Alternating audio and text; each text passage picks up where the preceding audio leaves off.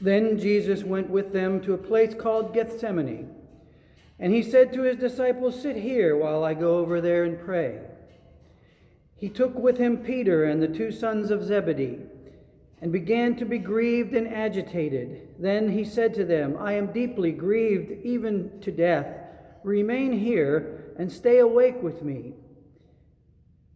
And going a little farther, he threw himself on the ground and prayed, "My Father, if it is possible, let this cup pass from me, yet not what I want, but what you want."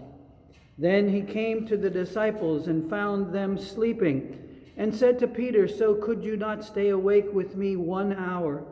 Stay awake and pray that you may not come into the time of trial. The spirit indeed is willing, but the flesh is weak." Again he went away for the second time and prayed, "My Father, if this cannot pass unless I drink it, your will be done." Again he came and found them sleeping, for their eyes were heavy. So leaving them again, he went away and prayed for the third time, saying the same words. Then he came to the disciples and said to them, "Are you still sleeping and taking your rest? See, the hour is at hand, and the Son of Man is betrayed into the hands of sinners. Get up and let us be going. See, my betrayer is at hand." And while he was still speaking, Judas, one of the 12, arrived. With him was a large crowd with swords and clubs from the chief priests and the elders of the people. Now the betrayer had given them a sign, saying, "The one I kiss is the man, arrest him." At once he came up to Jesus and said, "Greetings, Rabbi," and kissed him. And Jesus said to him, "Friend, do what you are here to do." Then they came and laid hands on Jesus and arrested him.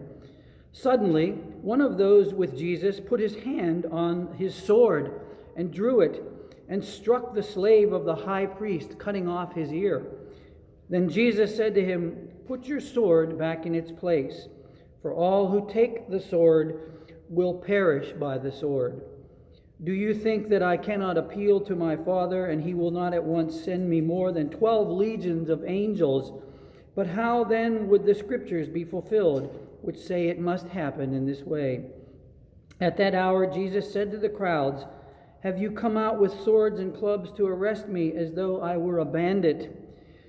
Day after day I sat in the temple teaching, and you did not arrest me. But all this has taken place so that the scriptures of the prophets may be fulfilled." Then all the disciples deserted him and fled.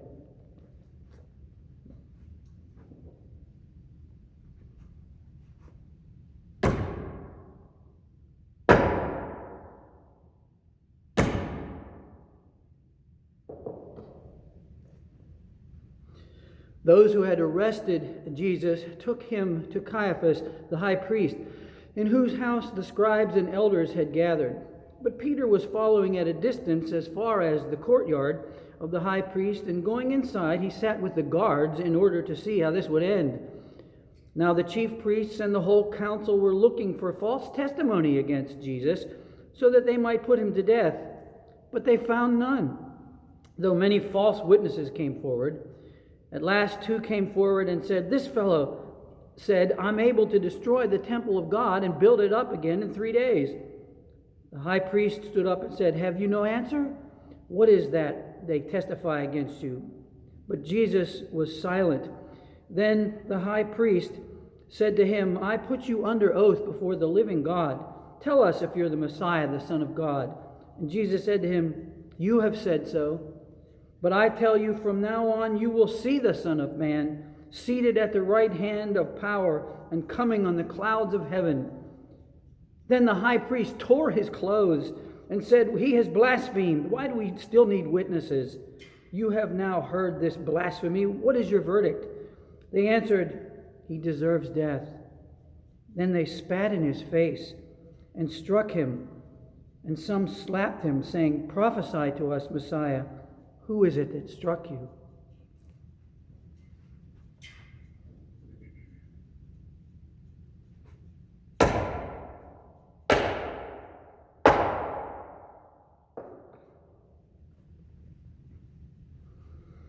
Now Peter was sitting outside in the courtyard, a servant girl came to him and said, "You also were with Jesus, the Galilean." But he denied it before all of them, saying, "I don't know what you're talking about."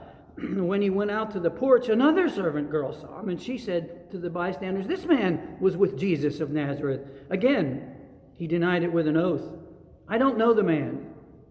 After a little while, the bystanders came up and said to Peter, "Certainly you're one of them, for your accent betrays you."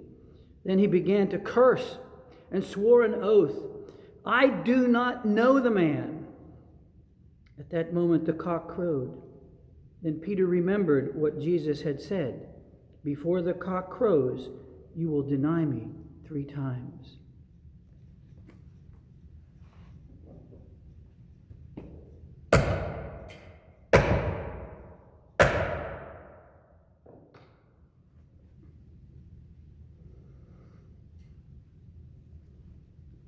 And Peter went out and wept bitterly.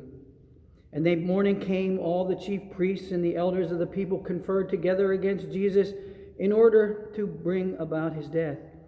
They bound him and led him away and handed him over to Pilate, the governor.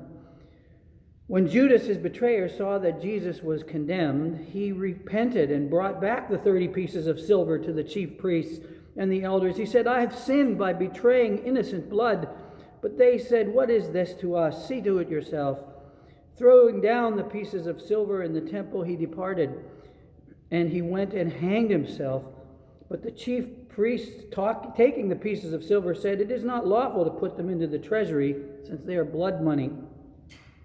After conferring together, they used them to buy the potter's field as a place to bury foreigners. For this reason, that field has been called the field of blood to this day.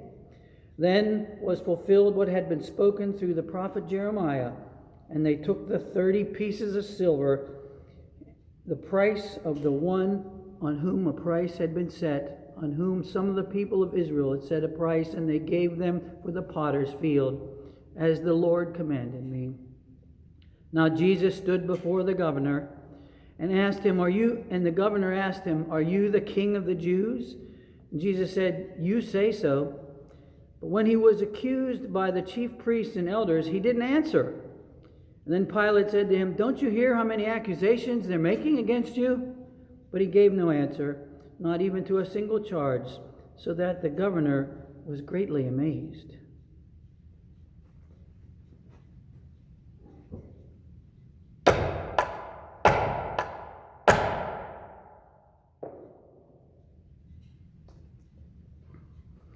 Now at the festival, the governor was accustomed to release a prisoner for the crowd, anyone whom they wanted. At that time, they had a notorious prisoner called Jesus Barabbas. So after they had gathered, Pilate said to them, "Whom do you want me to release for you, Jesus Barabbas or Jesus who's called the Messiah?" For he realized that it was out of jealousy that they want him handed over. And while he was sitting on the judgment seat, his wife sent word to him, "Have nothing to do with this innocent man, for today I have suffered a great deal because of a dream about him." Now the chief priests and the elders persuaded the crowds to ask for Barabbas and to have Jesus killed. The governor said again to them, "Which of these 2 do you want me to release?" And they said, "Barabbas." And Pilate said to them, "Then what should I do with Jesus, who's called Messiah?" All of them said, "Let him be crucified." Then he asked, "Why? What evil has he done?"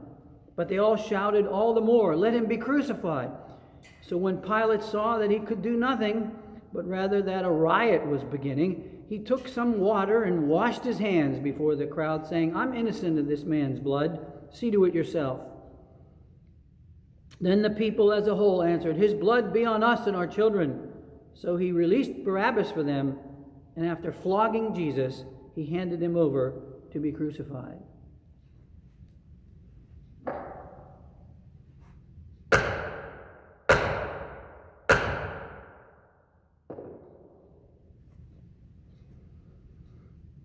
Then the soldiers of the governor took Jesus into the governor's headquarters, and they gathered around the whole cohort around him. They stripped him. They put a scarlet robe on him, and after twisting some thorns into a crown, they put it on his head. They put a reed in his right hand, and they knelt before him, and they mocked him, saying, "Hail, King of the Jews!" They spat on him and took the reed and struck him on the head. And after mocking him, they stripped him of the robe, and they put his own clothes on him, and they led him away to be crucified. As they went out, they came upon a man Cyrene named Simon, who they compelled this man to carry his cross. And when they came to a place called Golgotha, which means place of the skull, they offered him wine to drink mixed with gall, but when he tasted it, he wouldn't drink it. When they had crucified him, they divided his clothes among them by casting lots. Then they sat down there and they kept watch over him. And over his head they put the charge against him, which read, "This is Jesus, King of the Jews." Then 2 bandits were crucified with him, one on the right and one on the left. Those who passed by derided him, shaking their heads and saying, "You who would destroy the temple and build it in 3 days, save yourself. If you are the Son of God, come down from the cross." In the same way, the chief priests also, along with the scribes and elders, were mocking him, saying, "He saved others, he cannot save himself. He is the King of Israel. Let him come down from the cross now, and we'll believe in him. He trusts in God. Let God deliver him now, if he wants to. For he said, 'I am God's Son.'" The bandits who were crucified with him also taunted him in this same way.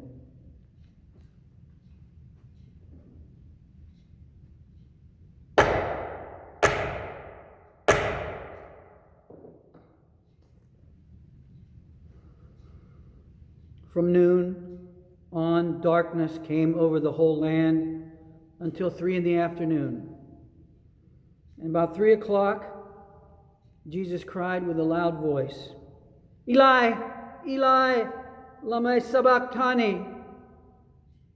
That is, my God, why have you forsaken me?" When some of the bystanders heard it, they said, "This man is calling for Elijah." At once one of them ran and got a sponge and filled it with sour wine, put it on a stick, and gave it to him to drink. But the other said, "Wait, let us see whether Elijah will come to save him." Then Jesus cried out again with a loud voice and breathed his last. And at that moment, the curtain of the temple was torn in two from top to bottom. The earth shook. The rocks were split. The tombs were opened. And many bodies of the saints who had fallen asleep were raised. And after his resurrection, they came out of the tombs and entered the holy city and appeared to many. Now, when the centurion and those who were with him were keeping watch over Jesus saw the earthquake